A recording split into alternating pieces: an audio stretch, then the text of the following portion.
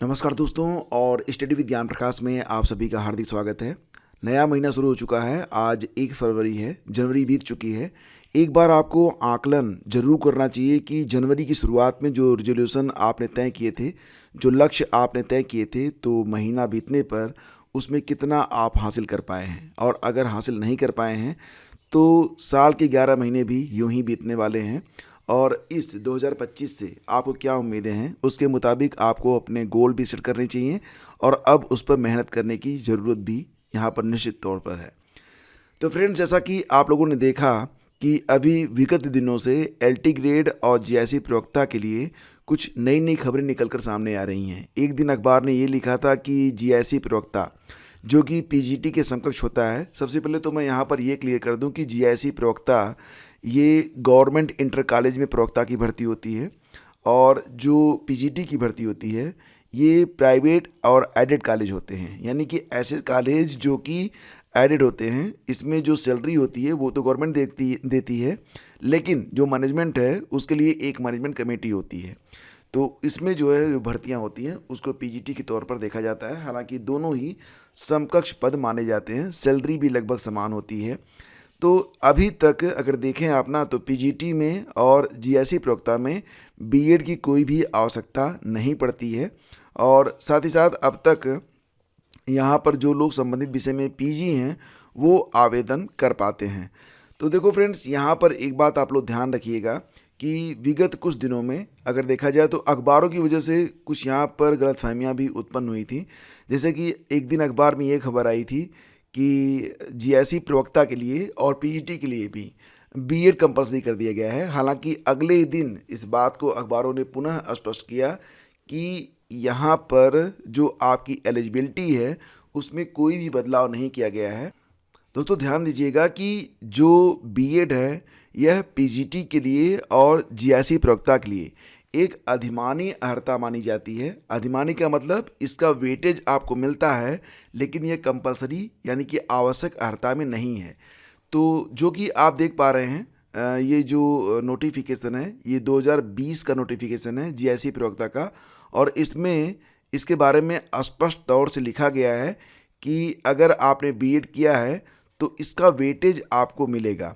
ये आप यहाँ पर देख सकते हैं, लिखा गया है कि राजकीय या मान्यता प्राप्त प्रशिक्षण विद्यालय से एलटी डिप्लोमा या भारत में विधि द्वारा स्थापित किसी विश्वविद्यालय से शिक्षा शास्त्र में स्नातक उपाधि। तो यहाँ पर देखो ना, बीएड और एलटी को क्योंकि समकक्ष माना जाता है, तो ध्यान दीजिएगा कि ये एक अधिमानी अर्हता के तौर पर यहाँ पर जोड़ा गया है।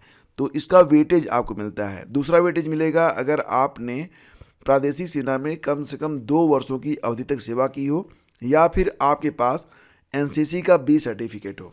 दोस्तों, कई सारे यूट्यूब चैनल हैं जिन्होंने आपको इस मुद्दे पर काफ़ी कंफ्यूज कर दिया है, और आप लोगों ने कई बार इसका जो है मतलब ये क्वेश्चन आपने पुट किया था कमेंट बॉक्स में, और कुछ लोगों ने व्यक्तिगत मैसेज भी किए थे। तो उसके बाद मुझे लगा कि ये बात सार्वजनिक तौर से बता देनी चाहिए कि अगर आप पीजीटी की तैयारी कर रहे हैं या फिर जीआईसी प्रवक्ता की तैयारी कर रहे हैं या फिर करने जा रहे हैं, तो आप ये मान चलिएगा कि अगर आपने बीएड किया है तो बीएड सिर्फ वेटेज के तौर पर होगा, यानी कि बिना बीएड के भी आप पीजीटी और जीआईसी प्रवक्ता भर्ती की परीक्षा दे सकते हैं। रही बात उम्र सीमा की, तो ध्यान दीजिएगा कि पीजीटी में कोई भी अपर एज लिमिट नहीं होती है। यानी कि पीजीटी अगर आप देना चाहते हैं तो आप 60 साल की उम्र तक, 62 साल की उम्र तक भी आप पीजीटी दे सकते हैं। यहाँ पर मिनिमम एज 21 रखी गई है, लेकिन मैक्सिमम एज नहीं है। वहीं पर जीआईसी प्रवक्ता, और जैसा कि आप लोग जानते हैं कि जीआईसी प्रवक्ता की जो परीक्षा होती है ये यूपीपीएससी करवाता है। तो जीआईसी प्रवक्ता में एज लिमिट रहती है, और यह एज लिमिट कितनी होती है, तो 21 साल से लेकर 40 साल के बीच में संबंधित साल के 1 जुलाई को आपकी उम्र की गणना की जाती है। साथ ही साथ 5 साल तक की छूट भी मिलती है एससी, एसटी, ओबीसी और अदर कैटेगरी के। और साथ ही साथ कुछ ऐसे भी जो कि जैसे कि उत्तर प्रदेश सरकार के जो एम्प्लॉई हैं उनको भी यहाँ पर 5 साल तक की छूट मिल जाती है। तो इस प्रकार से ये पूरी जो डिटेल मैंने आपको बताया था। अब यहाँ पर कुछ लोग ये जानना चाहते हैं कि अगर उन्होंने स्नातक में संबंधित विषय को नहीं पढ़ा है तो क्या जो है वो अप्लाई कर सकते हैं। दोस्तों ध्यान देना यहाँ पर कि यहाँ पर कुछ विषय ऐसे हैं जिसमें मात्र अगर आपने पीजी किया हुआ है तो भी आप पीजीटी या फिर आप जीआईसी प्रवक्ता की परीक्षा दे सकते हैं। जैसे कि समाजशास्त्र, भूगोल, अर्थशास्त्र, इतिहास, नागरिक शास्त्र, भौतिक शास्त्र, रसायन शास्त्र, गणित और अंग्रेजी। तो यहाँ पर अगर आपने स्नातक में ये विषय नहीं भी पढ़े हैं लेकिन परास्नातक आपने किया हुआ है तो आप यहाँ से मतलब इन सब्जेक्ट्स के साथ आप संबंधित परीक्षा को दे सकते हैं। वहीं पर ध्यान देना कि अगर आप प्रवक्ता जीव विज्ञान के लिए आवेदन करना चाहते हैं, करना चाहती हैं, तो वनस्पत विज्ञान या जंतु विज्ञान में स्नातकोत्तर की उपाधि होनी चाहिए। जो अभ्यर्थी यहाँ पर हिंदी के साथ देना चाहते हैं प्रवक्ता या फिर पीजीटी, तो उनके लिए एलिजिबिलिटी ये होगी कि हिंदी में स्नातकोत्तर की उपाधि हो और संस्कृत विषय के साथ कला स्नातक या संस्कृत विश्वविद्यालय वाराणसी की शास्त्रीय परीक्षा का प्रमाण पत्र होना चाहिए। यानी कि जिन लोगों ने स्नातक में संस्कृत पढ़ा है प्लस हिंदी से जिन लोगों ने पीजी किया है वही लोग हिंदी प्रवक्ता के लिए आवेदन कर सकते हैं। लेकिन संस्कृत के लिए यहाँ पर कोई ऐसी एलिजिबिलिटी नहीं है। मतलब अगर आप संस्कृत विषय के साथ प्रवक्ता की परीक्षा देना चाहते हैं तो इसलिए ये कहा गया कि भारत में विधि द्वारा स्थापित किसी विश्वविद्यालय से संस्कृत में स्नातकोत्तर उपाधि या सरकार द्वारा उसके समकक्ष मान्यता प्राप्त कोई उपाधि हो। तो यहाँ पर हिंदी की कोई बाध्यता नहीं है। हिंदी वाले में संस्कृत की बाध्यता है लेकिन संस्कृत वाले में हिंदी की बाध्यता नहीं है। वाणिज्य वाले में भी केवल अगर आपने वाणिज्य में कॉमर्स में पीजी किया हुआ है, एमकॉम किया हुआ है, तो भी आप यहाँ पर परीक्षा दे सकते हैं। तो कुछ कन्फ्यूजन थे आप लोगों के जिसको दूर किया गया है। और फिलहाल ये मत कहिएगा कि अभी तो विज्ञापन आया नहीं है, आप ऐसा कैसे बता सकते हैं। बहुत सारे नेगेटिव लोग होते हैं जो कि कमेंट करते हैं। तो देखो, कहने का मतलब यहाँ पर ये है ना कि आपके मन में जो दुविधा है और जो फिलहाल अभी गलतफहमियाँ फैलाई जा रही हैं उसी को यहाँ पर दूर करने का प्रयास किया गया है। नोटिफिकेशन आने में अभी वक्त है क्योंकि यूपीपीएससी ये कह रहा है कि जब तक उसे ई अध्याचन प्राप्त नहीं होगा, यानी कि वेबसाइट के माध्यम से अध्याचन प्राप्त नहीं होगा, तब तक ना तो वो एलटी ग्रेड की और ना ही जैसी प्रवक्ता की वैकेंसी यानी कि विज्ञापन को जारी करेगा। तो थोड़ा सा समय यहाँ पर लगेगा। मुझे लग रहा है कि अप्रैल तक या फिर अप्रैल मई तक आपको नए विज्ञापन देखने को यूपीपीएससी के द्वारा मिल सकते हैं। रही बात पीजीटी की वैकेंसी कब तक आएगी, तो देखो इस पर भी काम चल रहा है और शिक्षा सेवा चयन आयोग ने वैकेंसी के लिए अलग अलग जो नियमावली है उसके तहत उन्होंने वैकेंसी मांगी तो है लेकिन विभागों ने अभी तक अध्याचन दिया नहीं है। और यही वजह है कि शिक्षा सेवा चयन आयोग के लिए अभी तक एग्ज़ाम कैलेंडर भी जारी नहीं हो सका है।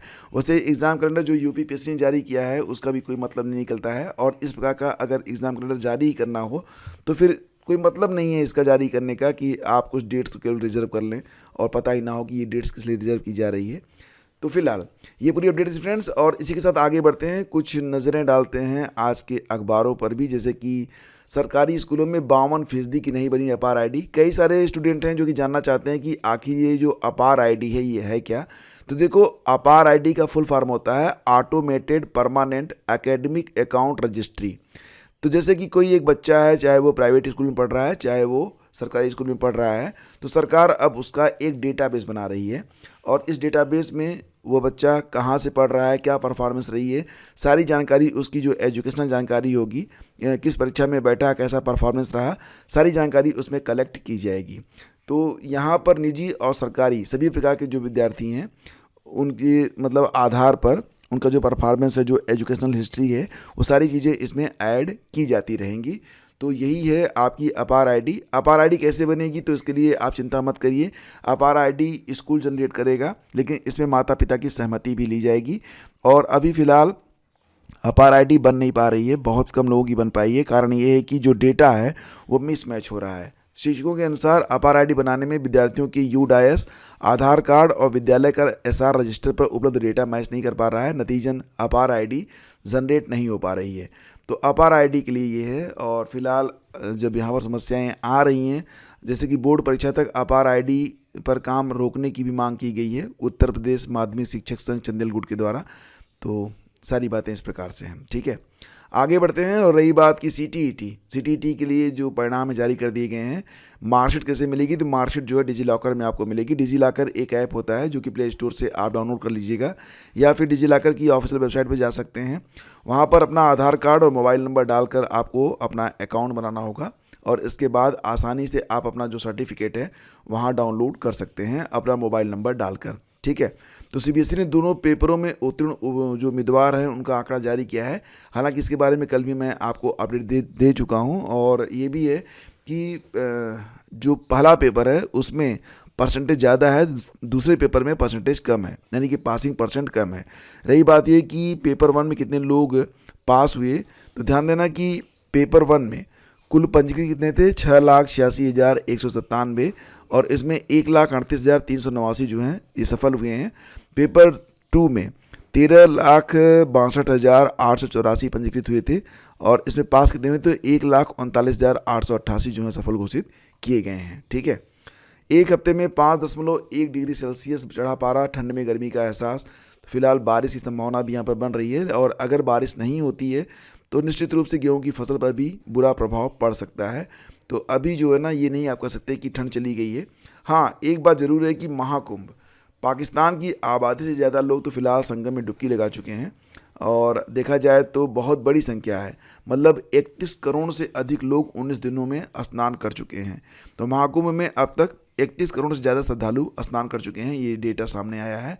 अभी तो भीड़ बहुत ज़्यादा चल रही है। निकलने से पहले एक बार आप लोग सरकार का जो मतलब क्या चल रहा है, अगर वहाँ पर खाली रहे तभी जाएं, भीड़ में जाने की कोई ज़रूरत नहीं है। यूपी बोर्ड की प्रयोगात्मक परीक्षाएं आज से शुरू हो रही हैं। कुल 19,481 परीक्षक बनाए गए हैं। पहले चरण में 8 फरवरी तक प्रयागराज समेत 8 मंडलों में परीक्षा करवाई जाएगी और भौतिकी और रसायन में 16 लाख से अधिक परीक्षार्थी इसमें हैं। तो फिलहाल ये पूरी अपडेट है और यहाँ पर इसको बहुत डिटेल में जाने की ज़रूरत नहीं है। और हाँ, सोशल मीडिया का बहुत ज़्यादा इस्तेमाल अगर आप करते हैं फ्रेंड्स तो अलर्ट हो जाएं और थोड़ा सा समय ना बिना मोबाइल फ़ोन के भी आप ज़रूर बिताएं, अपने परिवार के साथ, अपने दोस्तों के साथ। मोबाइल फ़ोन पास में हमेशा ना रखें और हर बात जैसे कि ज़रा सा नोटिफिकेशन आया नहीं कि आप मोबाइल उठा के लिए और फिर उसके बाद सारा समय मोबाइल में जा रहा है, तो वो थोड़ा सा अलर्ट हो जाइए। आपका समय तो किल हो ही रहा है, आप मानसिक रूप से यहाँ पर बीमार भी हो रहे हैं। तो घूमिए फिरिए थोड़ा सा और अपनी स्टडी करिए, किताबों का भी सहारा लीजिए, लेकिन मोबाइल फ़ोन से थोड़ी दूरी बनाइए क्योंकि इससे निकलने वाली जो ब्लू रेज है ना, ब्लू रेज, ये हमको बहुत अधिक हार्म पहुंचा रही है। तो आज के इस सेशन फ्रेंड्स बस इतना ही। मिलते हैं आपसे अगले वीडियो में। अगर सेशन आपको अच्छा लगा है तो लाइक और शेयर कर दीजिएगा। धन्यवाद।